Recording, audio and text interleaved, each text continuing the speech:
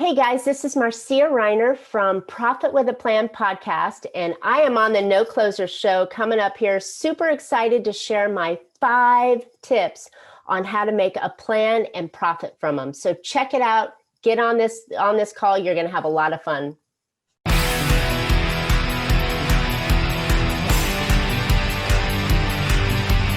This is the No Closer Show, where you get the latest developments in distressed note investing and learn the secrets of how you can control millions of dollars worth of property for pennies on the dollar.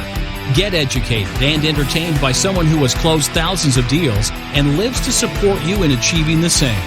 Now, here's your host, CEO of We Close Notes, Scott Carson.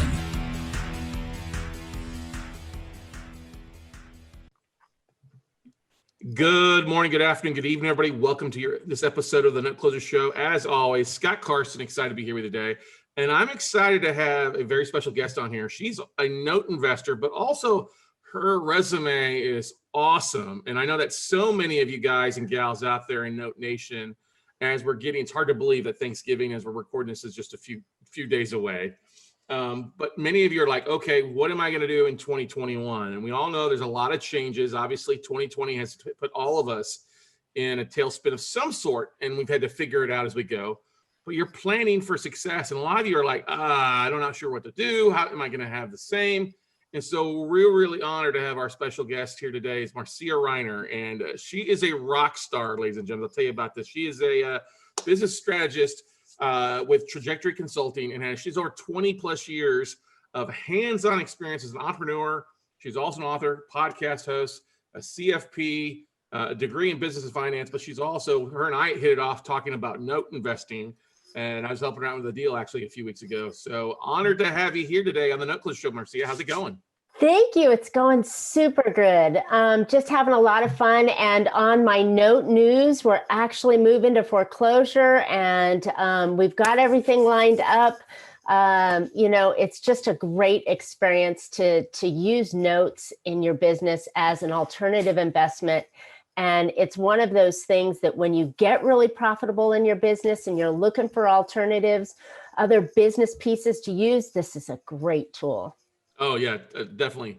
Look at me selling notes. But let's talk a little bit. You and I were talking beforehand, and you're working with so many clients right now, business owners, entrepreneurs, who are going through the end of the year planning or also pre-planning. Let's talk a little about that, huh? Yeah, there's never a bad time to start.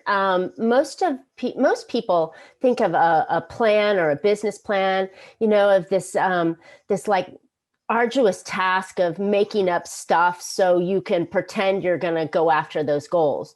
And they do it, and then they stick it up on their shelf and they never look at it again. A business plan is a roadmap. It's your blueprint. It's that guide that's going to tell you exactly what you need to do to achieve the goals that you want to have. Most of us want to make a whole lot more money so we can buy more notes or live the lifestyle we want. And you can't do that by just randomly going off and doing it. You need to have a plan. Yeah, you definitely have to have a plan, because failing to plan is planning to fail, as they always say. Yes. And in the world of today's procrastination, so many people have these big goals, but they're not putting in the day in, day out grind or the day in, day out planning of taking action or so many people, especially listening to this, have note or real estate investing as their side hustle. Yeah. And they get around to it whenever they've got a few hours left or they remember it, versus planning on specific, day in, day out tasks to really kind of help them hit their plan, right? Exactly. And you know what? It doesn't have to be really hard. People think that planning is like I said, it's this arduous task of, being really creative and trying to stretch it all out. It's simply a reverse engineer. So if you want to get to Chicago from Southern California, you either take Route 66 or you get on some faster roads and you map out your plan. That's all a business plan is. It's saying, I want to do this. Or even a personal plan. I want to do this, and then reverse engineering every detail you could possibly imagine, so that way you have a path to go. You get up in the morning and you look at your plan and you go, okay, I got to do this, this, this, and that today. Easy. Instead of going, oh, I think I'll call, or I'll go on the internet and social search, or wasting time stuff. And what happens is that business owners and entrepreneurs, they end up wasting time doing busy work instead of active, proactive work in their business, that if they spent more focused, direct time on, they could probably get their work done in a third of the time, half of the time, and then have more time so they could do the things that they so desired when they became a business owner, which is, watch the kids' baseball game, go out and play golf on Friday afternoon, do more things that they want to and still provide for the family with an awesome tool that being a business owner, affords. Yeah, that's the big thing. I think so many people, they brainstorm. They'll do, oh, I've got to do all these things, and I'll brainstorm, and they start slapping that on their to-do lists. And we all know people avoid the big rocks. And so I had a good mentor years ago tell me, get rid of your to-do list, because all that little stuff will fall in the cracks and get around to it. Focus 1, 2, or 3 big rocks that you got to accomplish each day, and you get a lot more done. What would you say about that? Yeah. Absolutely. Priorities and things that are money-making directions are the pieces that you need to be focusing on. But how can you decide whether that's a big rock or a little rock unless you know where you're going? Mm-hmm. So, a business plan, my profit plan, requires prime real estate on your desk. It's something that is open all the time and helping you make decisions, whether it's how many sales calls I need to have this month, to where I'm spending my money, or where my income's coming from, or whether I need to hire somebody or not, or even more importantly, how do you market? Who's your target client? I mean, these are all factors that should be in your profit plan and laid out for you. So then when you've got to make a decision of, am I on track? There's another thing, it's tracking your numbers. And I need to have 10,000 a month, or 5,000 or 1,000 a month, whatever that number is that you want to make. What is your reverse engineered numbers to get to that? And then what are the activities that are going to get you to that number? I mean, it is kind of simple stuff, but it's the stuff people don't like. Yeah, I agree exactly. And this drives me bonkers, because I'll be talking with people and people will call me, hey, how do I find deals? Well, what are you marketing? Are you reaching out to asset managers at banks to find deals? Are you working full time so you don't have the time? So are you jumping on LinkedIn, connecting with asset managers there? Or are you just going to the low hanging fruit? And this will maybe scary. So we have our events, a big event every year called Note Camp. And we like to survey everybody. Hey, how often are you emailing your database? Mm-hmm. What database? 10, yeah, exactly. What is that? When people ask me what's an ESP or CRM, but literally less than 10% of people are doing the basic thing of emailing out at least once a week. Most of them aren't even doing it once a month, which is the scariest thing. And I'm like, you can't be a secret agent in any type of business and hope to succeed, right? So true. So true. And really, again, it all goes back to the plan. I'm going to harp on it for the entire time that we're talking today about the importance of a plan. And that plan is your guide. It tells you what you should be doing. So in your case, you should be talking to the people at the banks that you're going to have access to the loans for.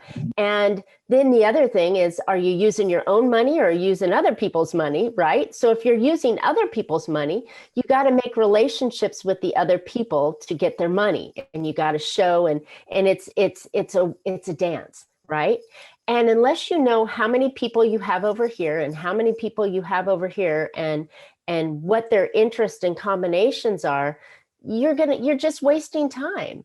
But all that can be laid out in a strategy or a plan that says, these are the type of people I choose to work with over here. These are people with money. I like them. We have great conversations. They do what I ask them to. When I say, hey, I got a deal, they go, I want that deal, right? They're the perfect ideal client. And that takes some energy. It takes some some work to figure out who that ideal client is, looking and picking through your existing base and dreaming up who that ideal person is.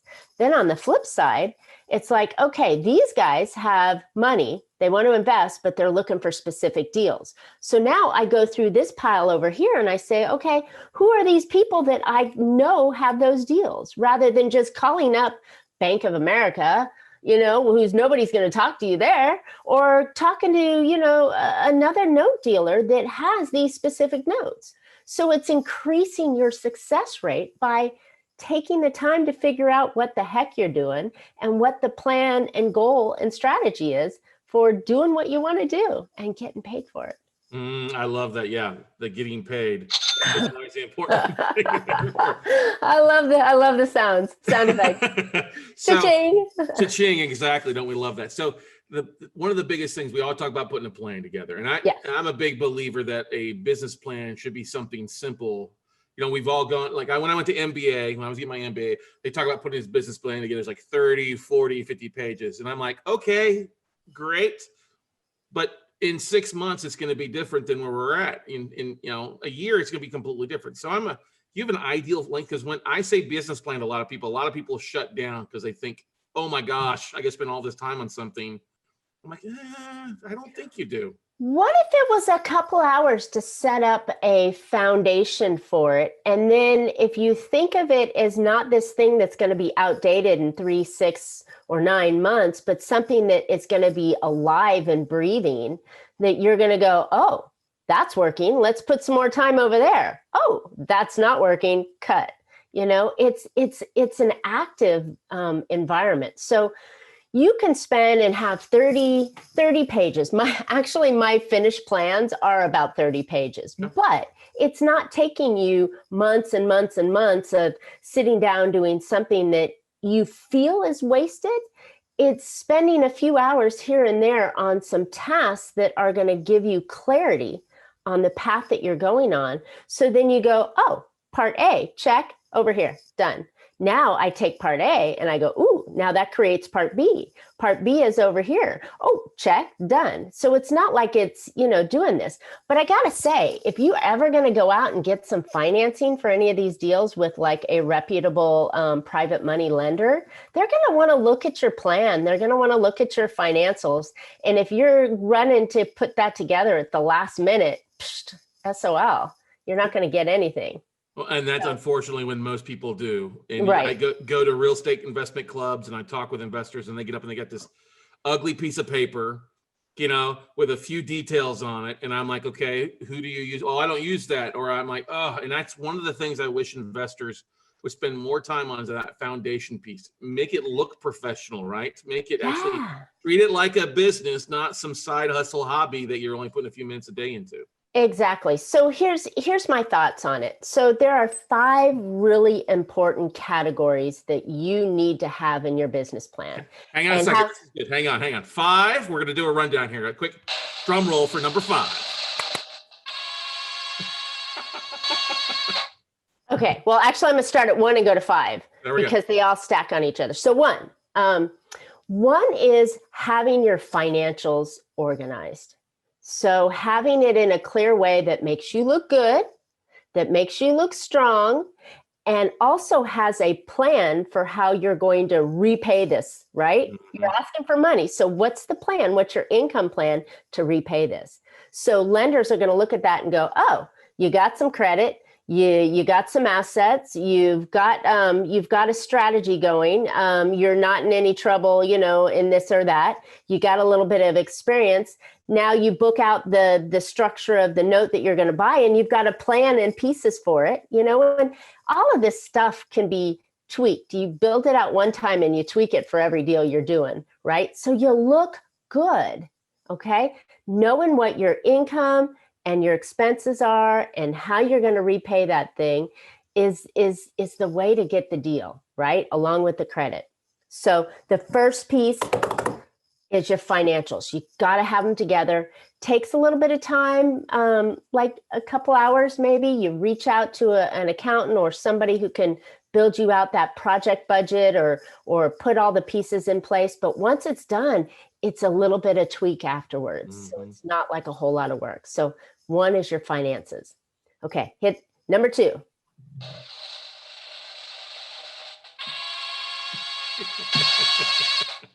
Number 2, are you a sole person? Are you the only guy, gal running the show, or do you got a team? How are you going to make all this stuff happen? So who are your team? It's the 5 W's and an H. It's your organization. It's the who, what, why, when, where, and how. You're going to make anything happen in this note business of yours. And when you have the strategies and you've got the right team player here, the lenders and the investors are going to go, wow, you got a team going. You're somebody. You're not fly by night. I'm not going to give you my money to invest and know that you're going to, go dark here in next week and I'll never see my money again. It's having that strength in your plan that will give confidence to both parties, right? And when you go knocking down on someone's door because you got to foreclose on them, you've got a team. You've got your attorneys in place. You got your servicer in place. You've got everything built up. And on top of all of that, oh my gosh, do not do this as a sole proprietor. You're just asking for trouble. Go create yourself a corporation. Go make yourself an LLC. They're easy to do. There's plenty of attorneys out there that can give you some guidance. There's plenty of stuff online, Zoom, whatever, you can get, but protect yourself. And that's all in the organizational plan. Set yourself up as a real business so the investors will trust you and the lenders will trust you and you'll get deals, right? And Amen then that borrower won't come knocking on your door because you've got a little bit of protection.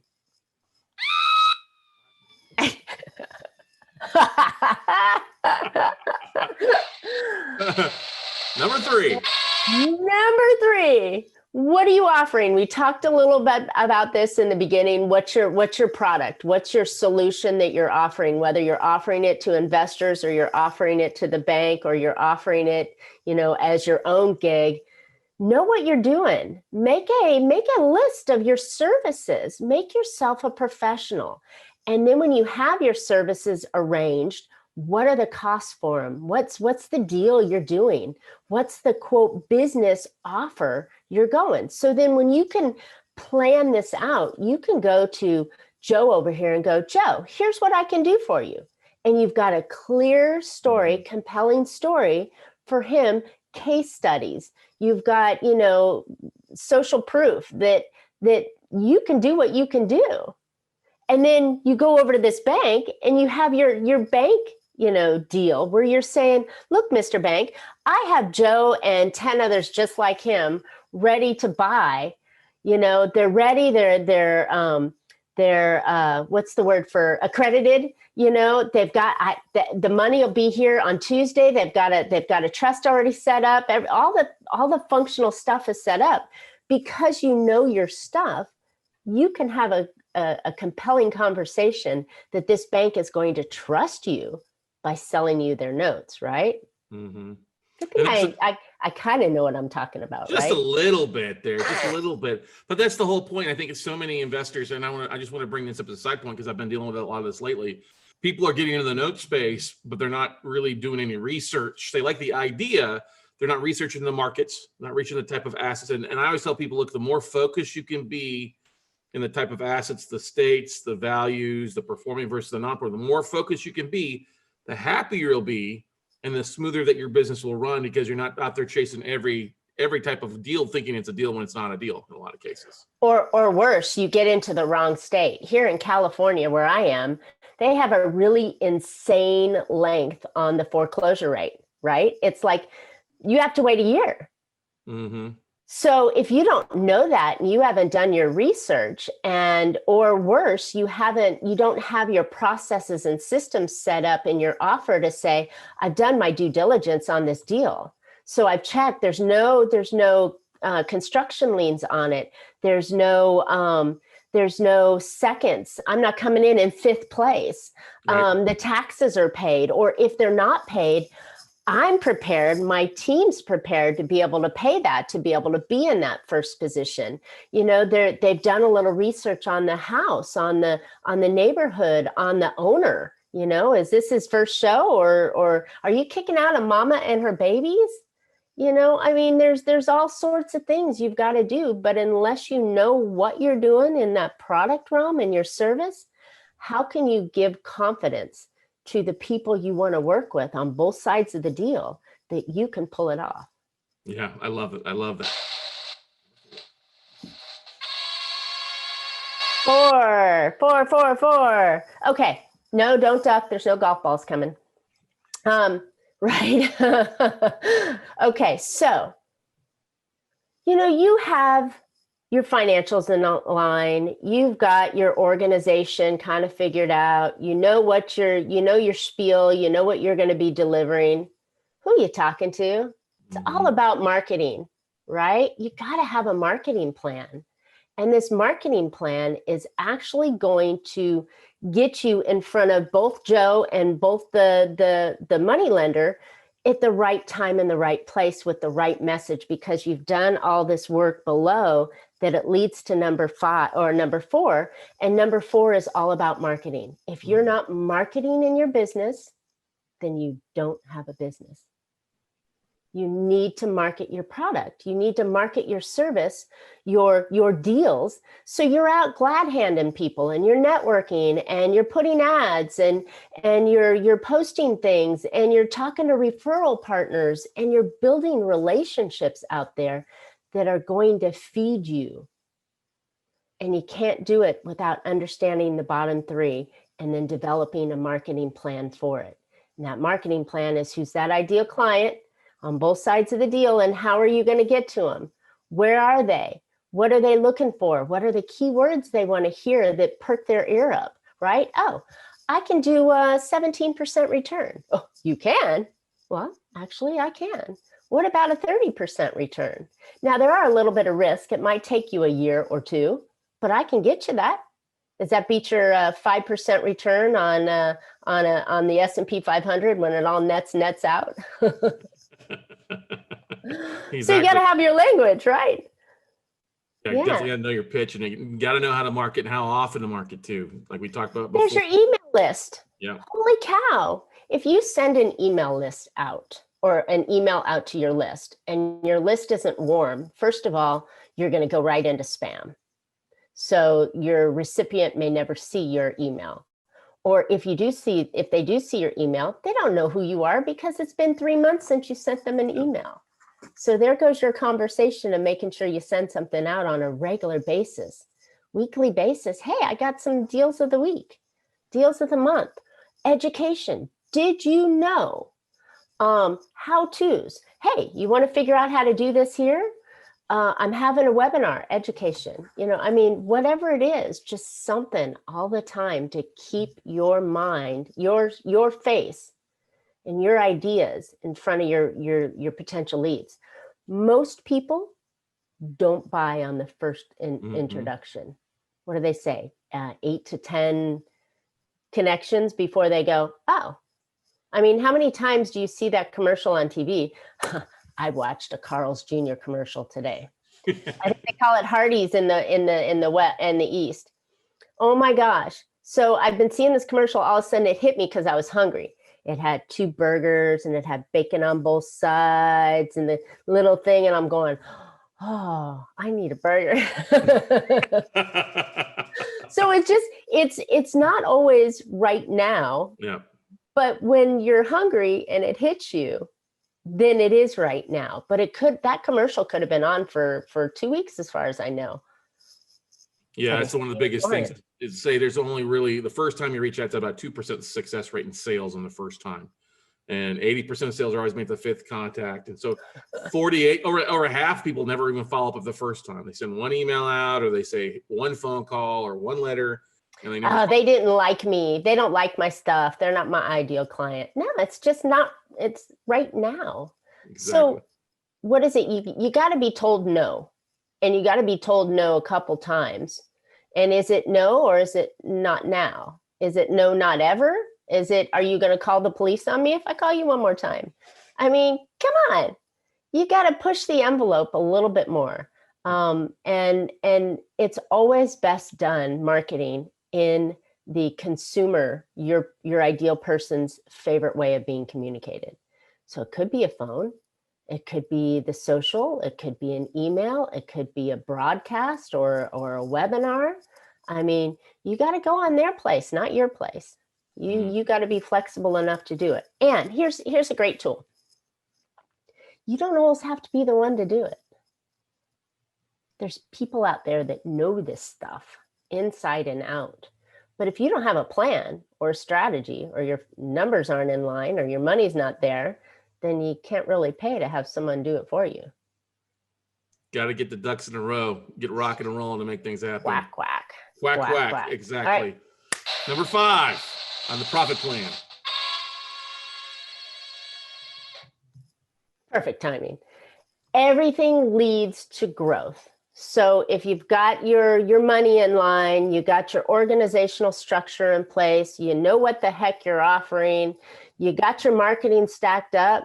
Now, where are you going? Where are you going? You got goals down the road. Now, because you know, it's like, next year I want to make X. You know, it becomes, well, now we've got all these pieces in place. We can start stacking and reverse engineering that goal. 5 years from now, I want to be, okay. How is that compared to year one? Are we going from 100,000 to 10 million? Probably not going to work, you know.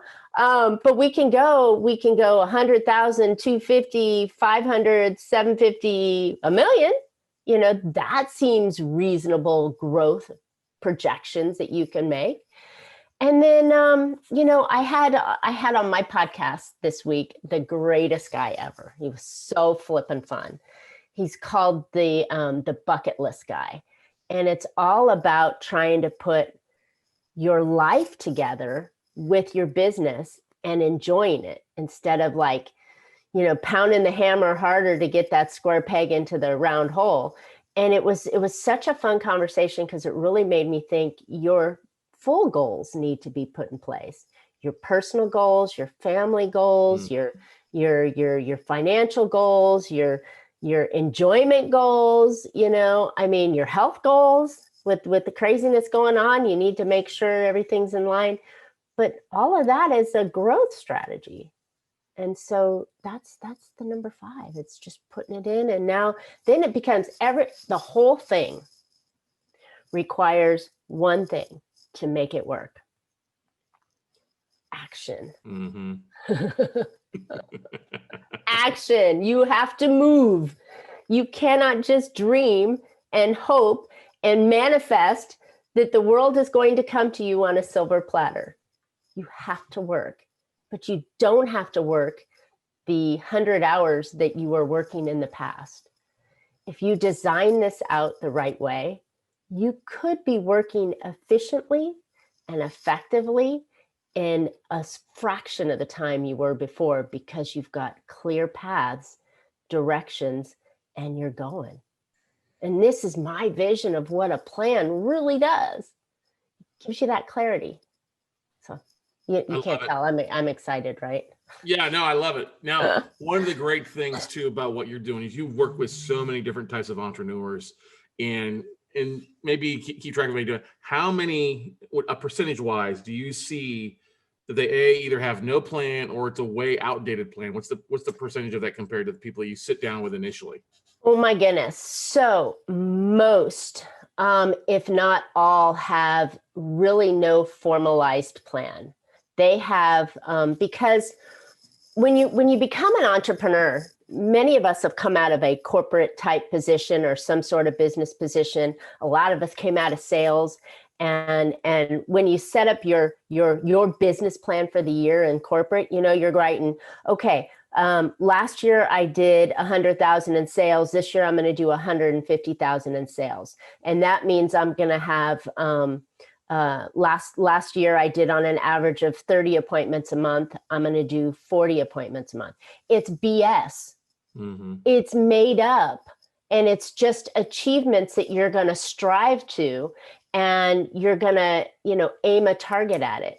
So no, they really don't have the real plan, or if they do, it's moldy, and it's fictitious with a lot of graphs that they found something online that looked good. Yeah. And I pulled out one of my clients. She's an organizational gal. She helps people, two specific clients. One client is a disorganized person that is not really a hoarder, but just has a lot of stuff, and the family's starting to nag them, and they collect all sorts of stuff. So she can go in and organize closets, garages, kitchens, that kind of stuff. And then the second client she has is a very busy real estate person. And that very busy real estate person has people, high-end people that are moving. So they need a white glove service to help them move. So she packs, organizes, then goes to the other side, unpacks, and then organizes their new house. So when I got and saw her plan that she used to get her first business loan with, I was like, are you kidding me? Not only was there blank pages in the plan that I don't know if either side saw them, but it was all fictitious numbers. I'm like, so how did you arrive at this one? I don't know. I just kind of pulled it out of my ass. That's where it came out of, And she goes, but I'm doing okay. I said, because you were lucky, I mean, it's like, what if we put a plan together to make it real and feasible with all the pieces in it? And so, yeah, they're pretty far and few in between that are really doing the plan. Like I said, it sounds a little arduous. And I'm in the process of trying to make it sound sexy and fun and simple. But with the right team around you, or right steps and strategies, and fill in the blank kind of pieces, it can be easy, but it takes a little bit of thought process, and it takes a little bit of vision for you. So you have to do it outside of your office.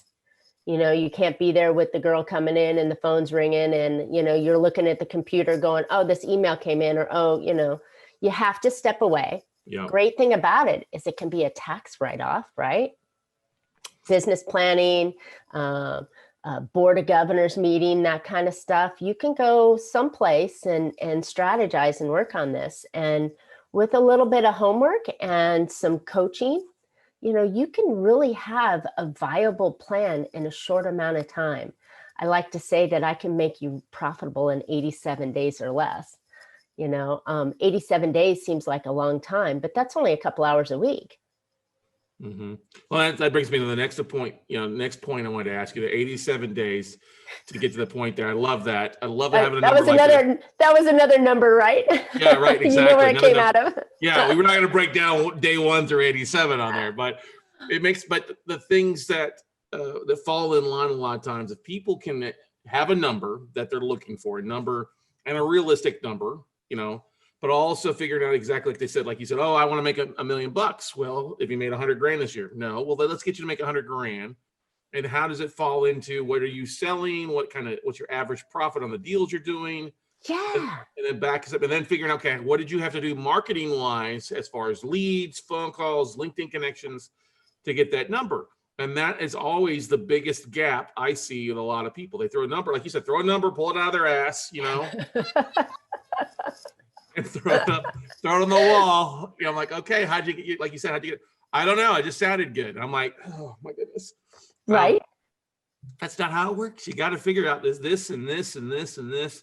Not difficult, but you said you got to spend a little time, or align yourself, talk with somebody, ask some questions who's been where you're at and is beyond where you want to go, or beyond where you're at currently, so they can give you the best kind of counsel, not advice, right? Right.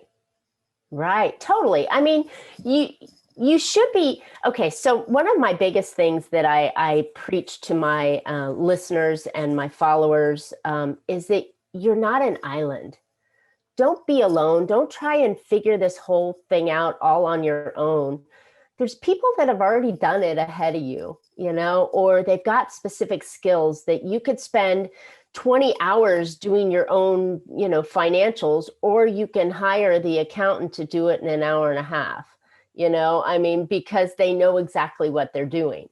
So yeah, stop trying to be everything to every part of it. And I know some of our listeners here will be, shoestringing it and trying, or bootstrapping it and trying to, get it all up on their own. But there's certain things that you can do um, to shorten the trajectory, to smooth out the trajectory, and get the goals that you want by using people that know their stuff and are willing and able to help you shorten that curve to get there. Like your program. I mean, you can go out and try and get your own note. You probably get in a whole lot of trouble and end up in a lot of mess. But if you went through the coaching and training program, you're going to learn the skills to make it a successful opportunity.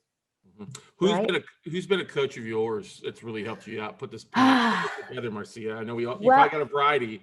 Yeah, I've had different coaches in different phases in my life. And the greatest thing ever is to outgrow your coach. I mean, I'm all about that. So I've had a young lady who was coaching to financial money people, and she got me to a certain point and I left her. And then I went to another gal who we did a lot of stuff together, but she was really big, almost in the corporate based. And then I realized that wasn't my gig. So I pulled back from her. And then, so now I'm all in with this little Mormon kid, and I've got a little crush on him, and he's teaching me the internet and online marketing in a way that has just been fabulous. And I'm sure y'all have heard of him, or you ought to have been able to hear Russell Brunson. So I'm in his 2 comma club. So I'm striving for that $1 million in my new practice, or since 2017. So it is a process. It is a system. A lot of things have to align when you're working with that coach. Do they understand you? Do they speak your language? And then what is the result? It's never really about what are the 5 steps and how many hours do I have to do to get it. If I'm solving a problem for you and that problem is painful enough and you're tired of drowning in your business and you want to take it to another level and do it and be efficient so you get your time back instead of working those 100 hours a week, then who cares how long it takes? If I solve your problem and it costs you, $5,000 or whatever, I'm just throwing a number out, but $5,000 to work with me for a couple of months, but then yet it makes you $25,000. Is that a trade-off? I mean, it doesn't matter how long or what it is or what you have to do. If the problem is strong enough and there's a solution in front of you, you reach for it. Mm-hmm. That's the truth. I think a lot of people don't realize that every great person out there has coaches, business coaches, life coaches, health coaches, marketing coaches. You and I are both going through the 2CC stuff to upgrade our marketing and take things to a whole different level. It takes time. It takes an investment of time and energy. And you got to really kind of, as you said best, to really focus on your plan, you've got to get out of the office, away from the distractions. And that's really hard for a lot of people right now because they're stuck at home in COVID and they've got the TV or the internet or their pets or other things. Kids, or other spouses working from home together. They've never had to do that before. There's a lot of excuses that we can throw up there, but I like what you said about, hey, get away, go out there. If you had a new bucket list place to go to for your planning, now I'm going to ask you what one that you've used before, but also you got a bucket list, probably a place you want to go and hang out and use it as a write-off. What's a place for you, Marcia? I think right now, as the U.S. is still in lockdown, I think the only place we can go right now internationally is like the Cabo area. They'll accept dirty Americans, so we can we can go down there, and airfare's not too bad, and so I think that's a nice weekend away. To really, and I think in a weekend with some solid work and lots of alcohol, I think we could come up with a really great strategy and plan. Exactly. But if everything was open, where's a place? Everything was open. I think realistically, most people are busy. So it becomes, hey, what's a close by near town that you can go and spend 2 days or a weekend or 3 days together and really create this kind of thing.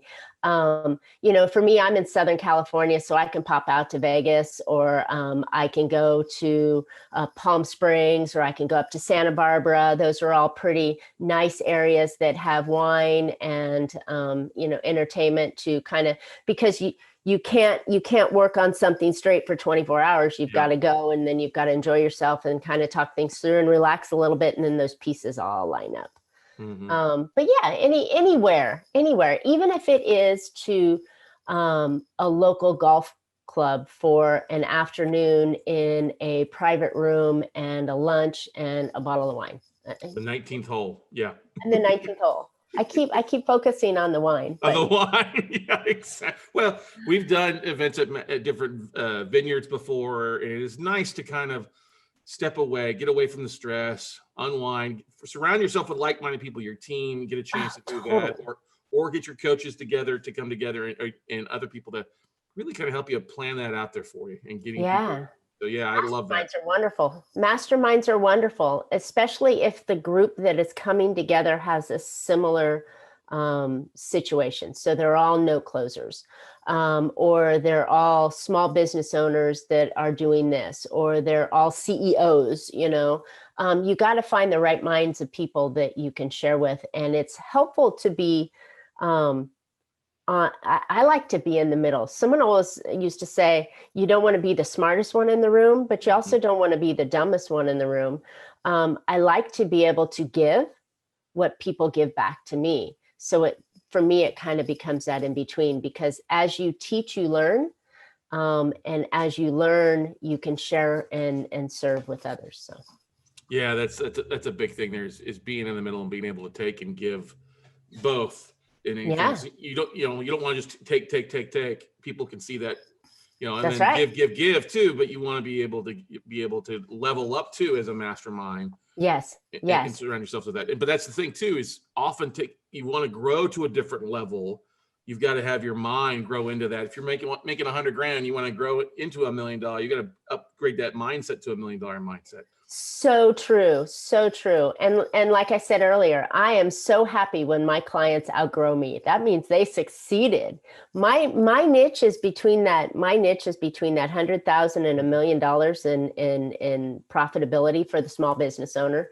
And it works with the note players as well. But I mean, that's my sweet spot. So when they make $1 million, let's have a party, go shake your hand, go move on to the next one, because you rocked, and I think that's rewarding. It's like your kid graduates, right? Your baby graduates. Yeah. That's always a beautiful thing when people are doing big things and growing up. And that's always the most rewarding thing I get, when I get emails or messages from people. Hey, I closed my first deal. I'm like, hey, right. Done it once. Now you can go do it 100 times now. Right. And so, back to profitability here. When you're making a lot of money in your business, there are huge tax advantages to buying notes. And this is why, because when I first got into this business, I started talking about all the sexy stuff when they were already profitable. Here's some tax strategies here you can do. Here's some businesses you can buy. Here's some notes you could buy. You could be a lender. You can get into these avenues here to offset your taxes. So you're buying businesses, little mini businesses. But when I pulled back their curtain and opened their jacket, I found that they were a mess and didn't have the plan. So that's why I started going back to the planning. But I have two phases of my business: is the functional planning stuff to get you profitable. And then when you are profitable, I've got some really sexy strategies for that. And this is note closing, notes, buying notes. That's a sexy strategy with some terrific growth opportunity. A little bit of risk, I mean, like anything, but probably less risk than, buying the S&P 500. Yeah. But it's a fabulous opportunity for those that have some money that want to make a nice return. And it's a piece, not all of your investments. Right. But a piece. And there goes my certified financial planner conversation coming in. There you go. Just a piece of the pie. Now let's talk about your note piece of your pie a little bit. Yes. What states are you loving? What's kind of your focus for the most part? Now I know, but I'm just throwing that there because I'm sure people are thinking and wanting to know. Well, you can't buy California, which is sad, just because it's just a mess and the pricing's, wrong, and anybody that gets in here, they gobble it up. So as an entry level no person, it's probably a little richer for me. But I'm buying in the Midwest, Indiana, Chicago, Ohio, that kind of stuff. I'm staying away from the southern states that get hit by all the tornadoes. I'm going with non-judicial states so I can get through the process faster. I'm looking at non-conforming because I get it. I'll try and make them conforming, but they're going to have to pay and get it current. I'm not going to play a game with them.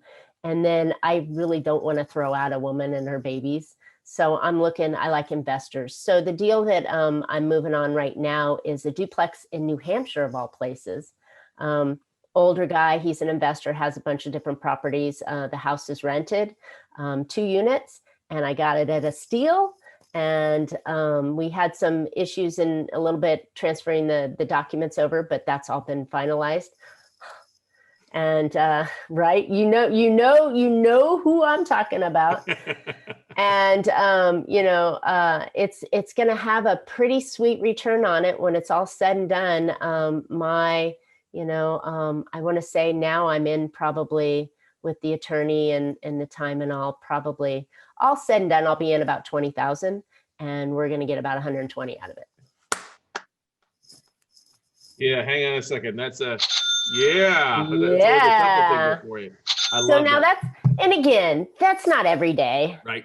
That's not every day. I would be really happy if I put 20 in and got 50, 60 out of it. That's still better than I can get anywhere else in a year, or a year and a half.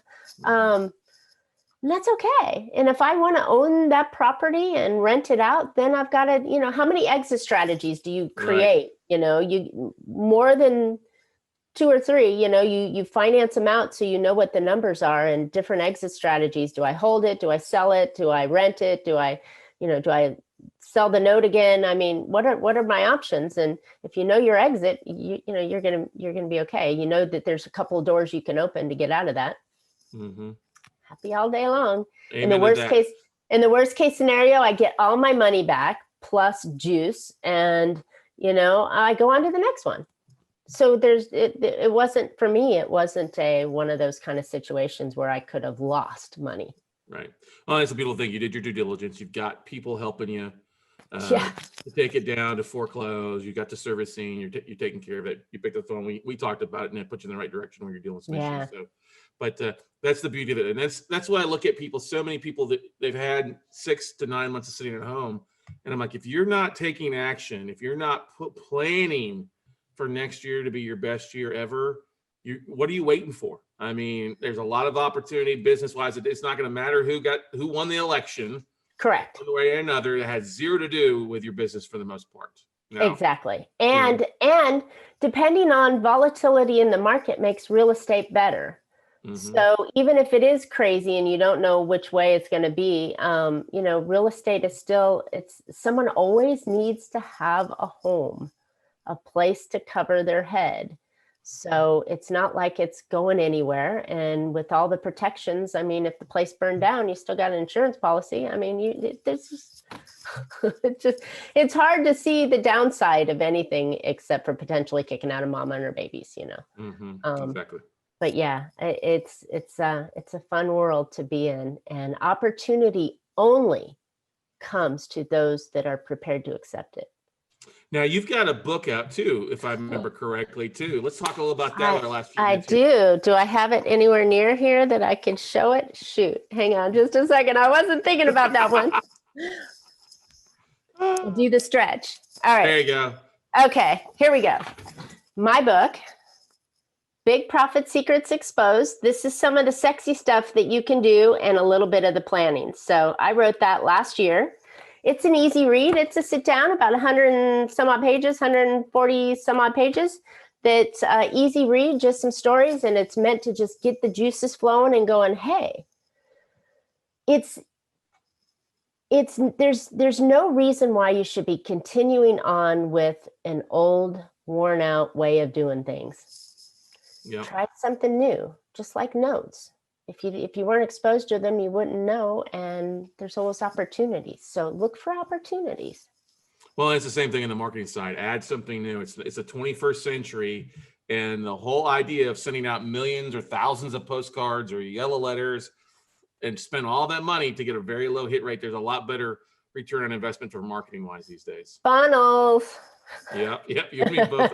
We are knee deep, neck deep in funnels all day long. Yes. But it's an opportunity to reach one to many, just like your podcast, like my podcast, Profit with a Plan.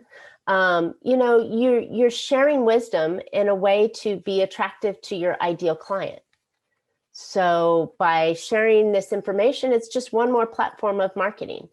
Coming on your show, I get to educate and we travel in a similar circle, so that's nice. And then we had a common interest, and then it gives me an opportunity to showcase my genius and possibly help and introduce to somebody who wouldn't have seen me before. Amen to that. I love it. Marcia, what's the best way for our listeners and people watching the video and this stuff on the replay to connect with you, find out more what you're doing and connect with you? Absolutely. So Marcia Riner, it's Riner, is the last name on any of the social platforms. I don't really do Instagram much anymore. But if you go through, I've got a great little survive and thrive tips on things that you can do in your business, in your life right now to kind of get a grasp on things, refresh, kind of tighten up a little bit. And it's 6 valuable tips. If you go to failproofbiz, that's biz.com, you can pick up my free report there. And then I'm rolling into little courses along the way that you can get in and start building your own plan. So it's not like there's no reason why you have to go home and try and figure it all out yourself. I mean, there's a very cost-effective and simple way of doing it with help, and that's where it goes. So. Awesome. I love it. We'll have those links in the description and on the blog and our website, everything like that there for you. Guys and gals, if you're struggling, pick up the phone calls, but don't struggle in silence. Don't make 2021 a repeat failure of 2020 or 2019 or 2018. If you've been struggling, it is time to reach out to an expert and somebody who can help either kick your butt or give you a little gentle push in the right direction and help you guide along the way. And Marcia has done that. And that's why I wanted to bring her here on the podcast, because as we get to the end of 2020, it's so important for you to put that plan in place and follow her 5-step to a profit plan there for you guys and gals out there. So take advantage of what she's offered, reach out to her, connect, listen to her podcast as well. Just such a great podcast. And, we will see you guys all at the top when you do take action, everybody. All right. Thanks. Thanks.